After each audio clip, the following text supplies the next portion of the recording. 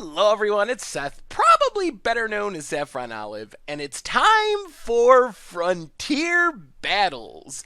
So, a little over a week ago, we set up a special stream. I battled Mrs Mulligan, a streamer, former SCG writer, content producer, in some Frontier matches to kind of test out what the format was like.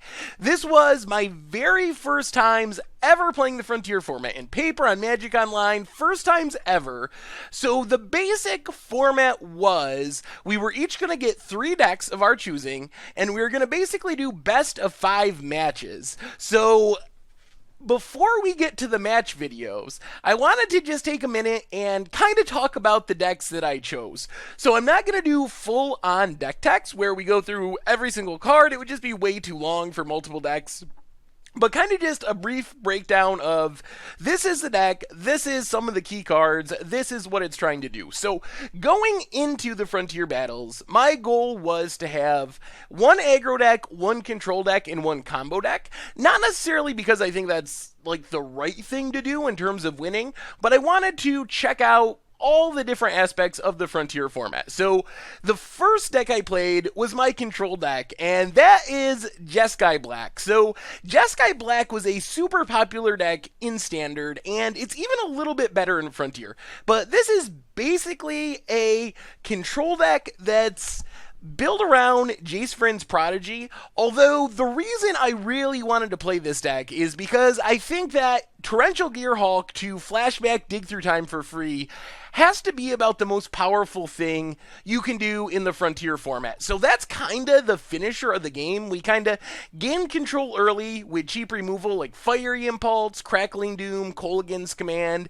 Jace can flip around pretty quickly with all the fetch lands. And then in the late game, we pretty much just want to chain dig through times with Torrential Gearhulks. We even have Kolaghan's Command to get back Torrential Gearhulks that die. So there's a lot of value, and then we either win by beating down with our Torrential Gearhulks, we can win by ultimating Jace, or we can win with Monastery Mentor, just casting a bunch of spells, making a bunch of tokens, winning that way.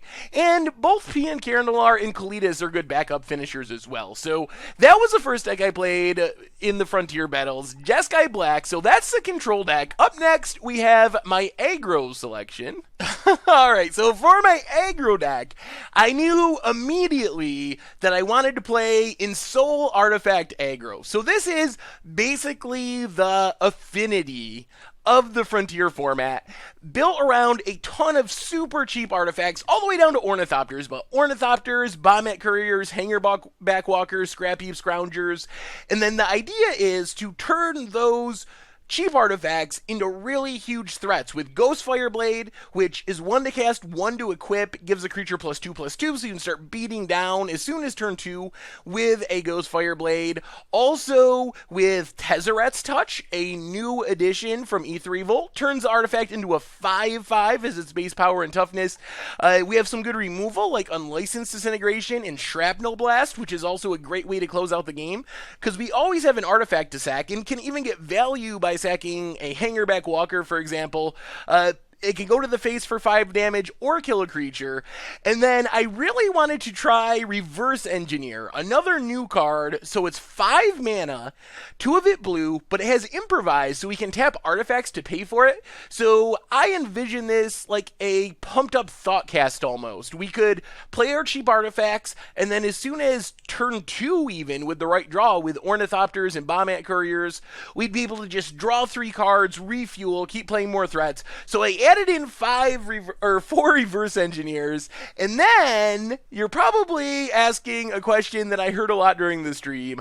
Where's the Ensoul Artifact? So I put in the Tezzeret's Touch, which are like backup Ensoul Artifacts. I put in Reverse Engineer, which is the big draw spell that I really wanted to try out, and that got me to a full deck, and I forgot to add in the Ensoul Artifact. So even though the name of the deck is Ensoul Artifact, and if you're not familiar, Soul Artifact is basically Tezzeret's Touch, but it's 1 in a blue for the enchantment, and it doesn't have the upside of giving the artifact back when it dies. It's just 1 blue, turn an artifact into a artifact creature with a base power and toughness of 5/5. So that's like the namesake card of the deck, because you can throw it on an Ornithopter on turn turn 2 start beating down for 5 in the air, and your equipments turn into beaters, all this stuff. So I forgot the namesake card in the deck, so we're essentially playing Soulless Artifact, but I didn't want to change the name because I thought it would cause more confusion, and this still is the Ensoul Artifact archetype, just missing the Ensoul Artifacts and having Tezzeret's Touch kind of in their place.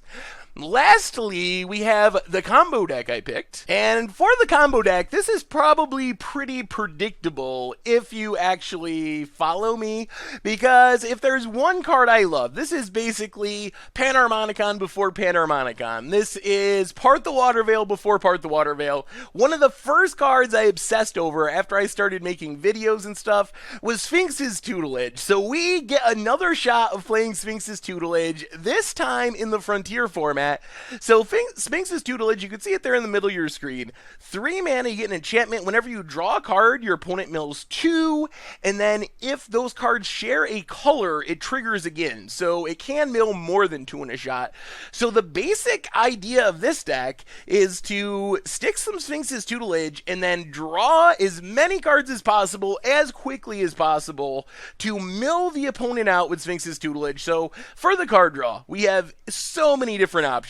Jace is a repeatable loot effect, also lets us flashback some of our big draw spells, like Treasure Cruise, draws us 3 cards, we can cast it for 1 mana a lot of the times. Because we have 4 Magmatic Insights, 1 mana, discard a land, draw 2, Cathartic Reunion, 2 mana, discard 2 cards, and then draw 3, and then we also have an Oath of Jace, a Dig Through Time is backup to find our pieces. So that's the basic plan of the deck. The big finishers are Collective Defiance and Chandra Flamecaller, which are essentially wheel effects, so we get to discard our entire hand and draw that many cards, or with Chandra, that many plus 1, so we're actually getting an extra draw, which can be 6, 7, 8 tutelage triggers, and with some of those doubling up, it doesn't take more than 1 or 2 wheel effects to just win the game with the Sphinx's Tutelage on the battlefield.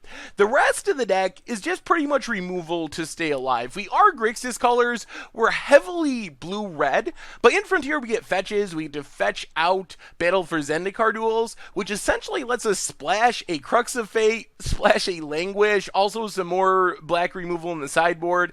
Otherwise, we have Roast, Radiant Flames, Lightning Strikes to kind of keep the opponent in check just long enough for us to draw just enough cards to mill them out with Sphinx's Tutelage. So those are the decks that I will be playing in our Frontier battle. So enjoy the gameplay videos. Thank you very much for watching, and I will talk to you soon.